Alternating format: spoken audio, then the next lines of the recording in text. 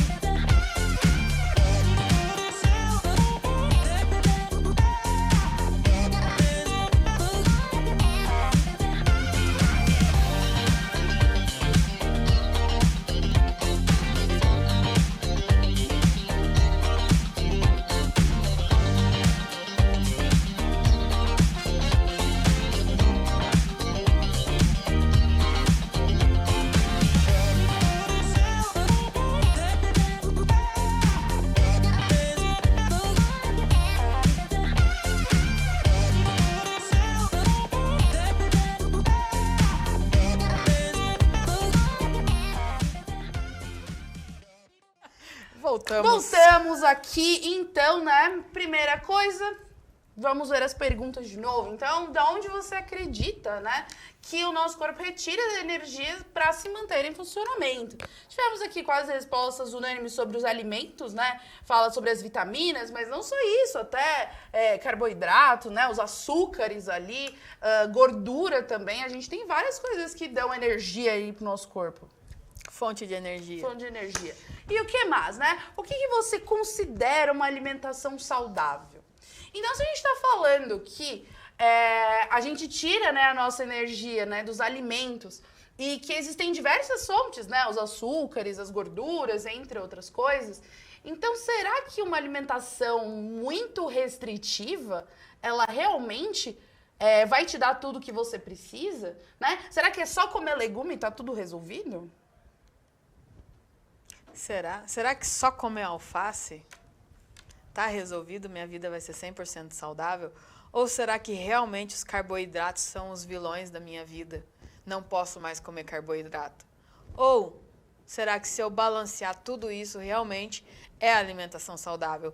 Na verdade, a alimentação saudável, ela tem que cumprir com a função de abastecer o corpo com todas as fontes que a gente precisa. Tanto de energia, quanto vitamina, quanto potássio e outras substâncias que a gente precisa para o nosso corpo.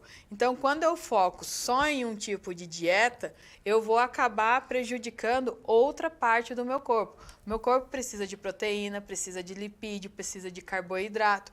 Então, se eu, por exemplo, só me alimento de carne, que é proteína, base é proteica, lógico, tem a discussão. Tem a carne que tem gordura, tem a carne que não sei.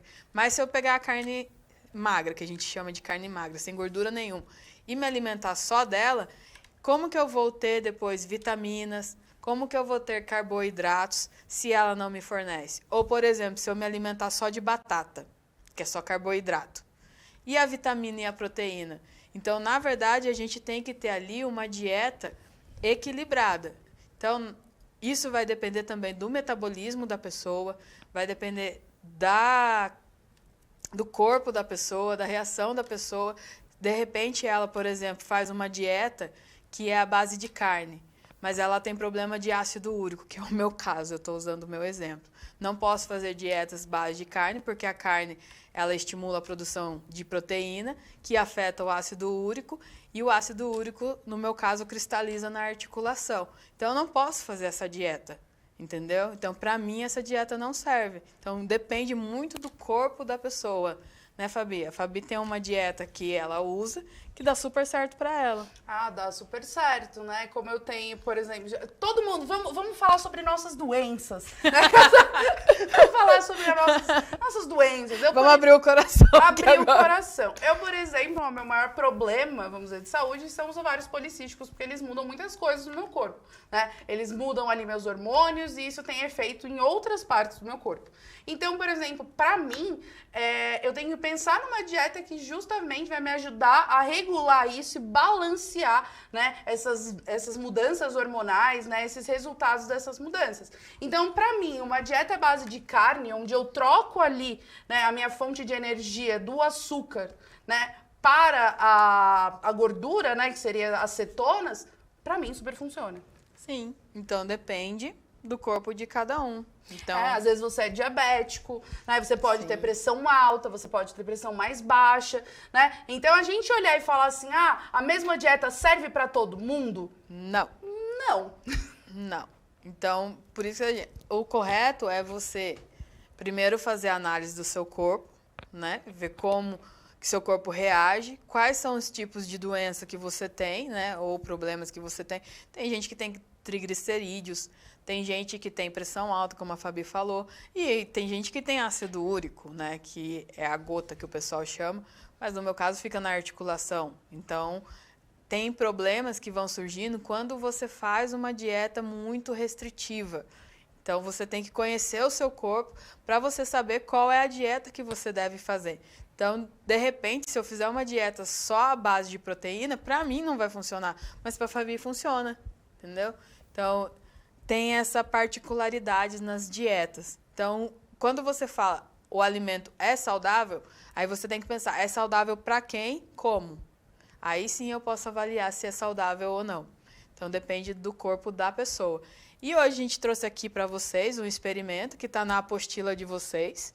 Então, ele está descrito certinho na apostila de vocês, que é a detecção do amido de milho nos alimentos através do teste de iodo. O objetivo da experimentação é identificar a presença de amido em alguns alimentos através do teste de iodo.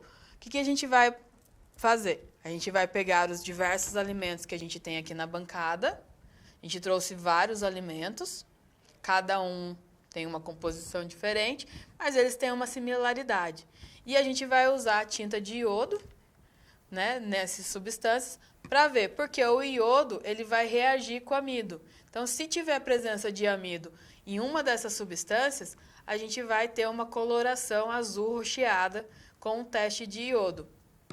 Então, os materiais do experimento. Quer falar, Fabi? Eu vi que você respirou. Não, e uma coisa que é importante, né? Essas coisas são todas da na nossa base alimentar. Todas elas, tá? Eu ia falar macarrão instantâneo, né? A gente pode relacionar com o macarrão normal que a gente tem em casa, né? Então a gente tem leite, batata doce, porque a gente é fitness, marombeira. Sim. Maravilhoso.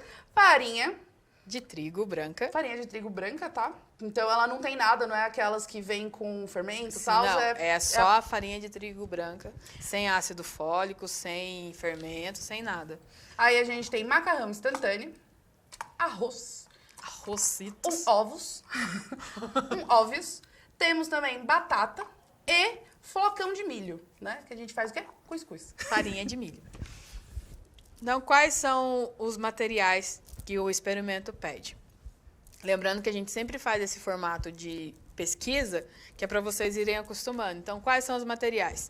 Tintura de iodo, que a gente tem aqui, que tinha bastante. Inclusive né? você. Você, inclusive mesas também. Tomem cuidado com a tintura de iodo. A nossa tintura de iodo, vocês já viram na outra aula, que ele tem um gotejador, para justamente não ficar manchando as coisas. Então, indico que vocês coloquem num frasquinho que tenha gotejador. Pires ou placas de Petri ou copinhos descartáveis também, né? No caso de você não ter nem pires, nem placa de Petri, você pode usar os copinhos descartáveis transparentes. Conta-gotas ou pipeta de Pasteur. Aqui, no caso, a gente tem, já como eu falei para vocês, o gotejador no próprio iodo. Então, a gente não vai necessariamente usar o conta-gotas nem a pipeta, mas posso usar os dois também. No caso, se eu quiser conta-gotas ou pipeta, eu posso utilizar, mas aqui a gente já tem um gotejador. Alimentos, né, como batata doce, batata inglesa, leite, farinha de trigo, sal, farinha de milho, macarrão, arroz cru, pão, claro de ovo e maçã. Gente, aqui vale ressaltar que os alimentos, eles têm que estar frescos e cru. Não posso cozinhar nenhum deles, porque se eu cozinhar algum deles, eu vou quebrar esse amido e daí a reação não vai acontecer corretamente. E aqui vocês notaram que o ovo... Eita. E aqui vocês notaram que o ovo e a batata, os dois estão ainda fechados. Por quê? Se eu cortar a batata antes de fazer o experimento e deixar... Essa batata, ela vai oxidar com o ambiente, que ela vai adquirir aquela cor escura dela e não vai dar certo o experimento. Então, a Fabiana, nossa super mega assistente, vai fazer o favor para a gente de cortar a batata, que aí a gente já entra em procedimentos. Em pires ou placas de Petri ou copinhos descartáveis, colocar uma pequena quantidade de cada alimento. E daí o segundo passo, pingar algumas gotas dessa solução em cada um dos alimentos escolhidos. Fabi, eu vou pedir para você dar uma picada aqui, porque ela ficou aberta. E a parte mais gostosa vai ser a Fabi quebrar o ovo. Vamos descobrir se o pessoal da Vanzolini vai continuar gostando de mim. Misericórdia. Aqui, ó. Ah, não! Gente, mestre cozinheira. Tá vendo, ó? Sem fazer uma sujeira. A produtora já olhou arregaladamente aqui. Que ela falou... Tá limpinho.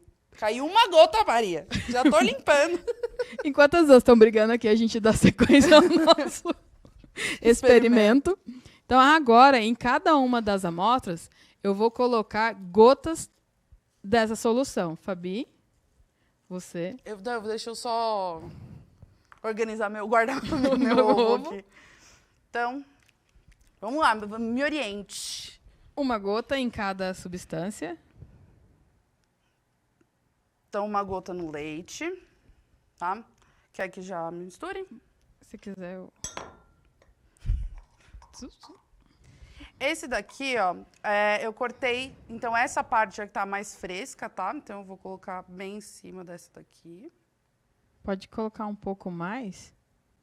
Aí aqui a gente já viu que já reagiu, porque ela já ficou com a coloração.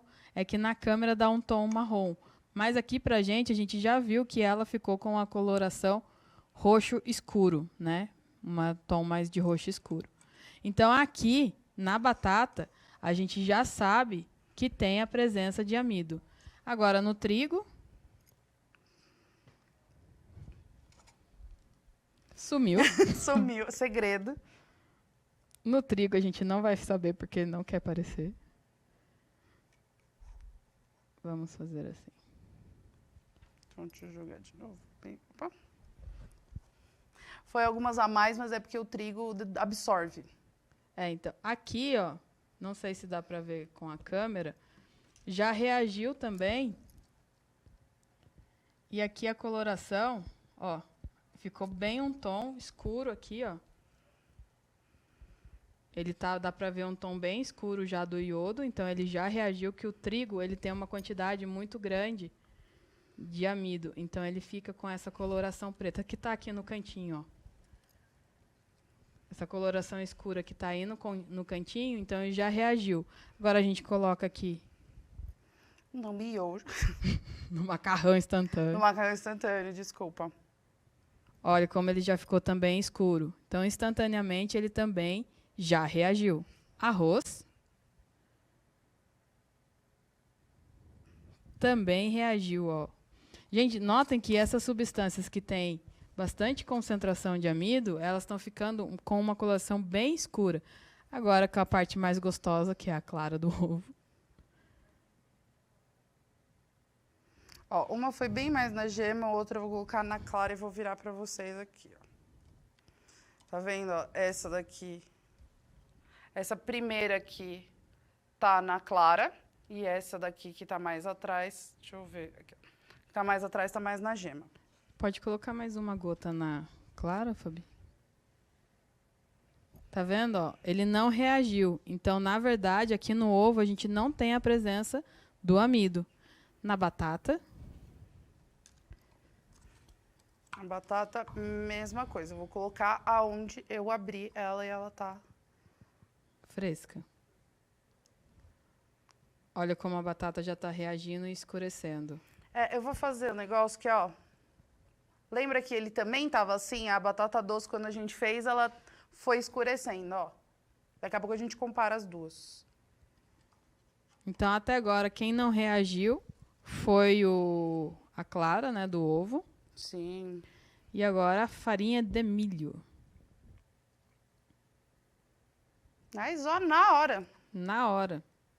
E, gente, só para vocês terem uma base, para pingar aqui, Fabi, o iodo, qual é a cor dele real? A cor dele real é esse, eu acho que, o papel. A gente tá fazendo uma bagunça aqui que só tô vendo a cara da Maria. Vou explodir você. Ó, é só para pingar. Coloca dentro da... É a mesma cor, na verdade, ó. Será que dá pra ver? Consegue dar um... Tá vendo, ó? Essa é a cor do iodo quando ele sai. Então, é esse vermelho. Então, quando a gente observa aqui as substâncias, elas ficaram num tom bem escuro. O leite também, mesmo colocando quantidade, ele troca de cor, tá vendo? Ó, ele começou a reagir. Por que que o leite demorou um pouco mais para reagir? Por causa da concentração. Lembra que a gente estudou concentração? A concentração, ela altera o meu experimento. Então, ali o leite, ele também reage, então é sinal que ele tem amido. Porém, como ele está com uma quantidade muito grande de leite, ele demora mais para reagir. Então, aqui de todos os ingredientes que a gente teve, qual não reagiu? A clara do ovo. Então, isso me indica que essa substância não tem amido. Por que que a gente fez o teste do amido? Porque o amido é uma fonte de energia para o corpo. Então, aí a gente vê que ele tem em quase todos os alimentos. E ele fornece energia para a gente. Então, ele é transformado no nosso corpo em ATP. Aí eu estava falando dessa aula com a Fabi muito bem lembrou aonde que começa a quebra do amido? Na boca. Na saliva. Então, ali a gente tem a amilase, né? Que no amido tem a amilase, na verdade, é o amilose, e daí é quebrado pela amilase. E isso começa a digestão. Então, o amido é uma das substâncias que a digestão já começa na boca. Então, ele é muito fácil quebrar. Então, ele fornece muita energia para o corpo. Então, por isso que a gente fez o teste para saber se os alimentos contêm amido. E é uma reserva muito grande de energia. Então, se a minha dieta tem alguma dessas substâncias, que é a base de amido, então eu estou consumindo energia. Lembra que algumas pessoas falam que o prato tem que ser colorido e eu não posso ficar repetindo elementos, né? Não posso colocar, por exemplo, batata e arroz. Por quê? Os dois têm a mesma fonte de energia, que é carboidrato. Os dois têm amido. Então, interessante seria eu colocar uma substância que tenha outras características nessa alimentação. E daí a gente entra na pirâmide de alimentação saudável. Então, quando eu estou falando de alimentação, eu tenho que ingerir todos esses alimentos que tem na pirâmide. Então, tem uma pirâmide de alimentação. Na base dela são os vegetais e os legumes, que é o que eu posso comer mais, que eles fornecem menos energia e menos nutrientes. Então, a base dela é onde eu posso me alimentar mais. E o topo dela são as coisas que eu devo me alimentar menos, que são as gorduras saudáveis. Gente, eu tenho que tomar cuidado com gordura trans, saturada e insaturada. Então, ali, na verdade, são as gorduras saudáveis. Não é que eu não posso comer gordura, né, Fabi? Eu posso, mas eu tenho que comer a gordura que o meu corpo precisa, né? Então, tem gorduras que ele precisa e tem gorduras que ele não precisa. Então, essa é a base da alimentação saudável. E, infelizmente, a nossa aula está acabando. Espero que vocês tenham gostado do experimento. Você quer deixar alguma notificação final? Então, eu quero, na verdade, deixar aí um convite a vocês, a justamente olhar melhor os alimentos, né? Eu vejo que a gente tem muito preconceito, tipo, não vou comer gordura de carne porque vai entupir minha veia. Não é essa exatamente a gordura ideia, que vai entupir sua veia. Então, muitas vezes a gente acaba cometendo erros na nossa alimentação por justamente não conhecer nem o nosso corpo, nem o que a gente está comendo. Porque, de repente, você tem uma doença que é a falta daquilo que você acha que não deve comer. Então, eu tenho uma deficiência de gordura, mas eu não como gordura. E daí, como que eu vou conseguir meu corpo a completar isso? Não tem como. Então, você precisa saber o seu corpo e o que você pode ou não comer. Não que tudo seja ruim. E a aula acabou. Espero que vocês avaliem muito bem a nossa aula, né? Porque tá aí o QR Code de avaliação. E espero vocês na próxima aula. Fabi? Até a próxima aula. Tchau, gente.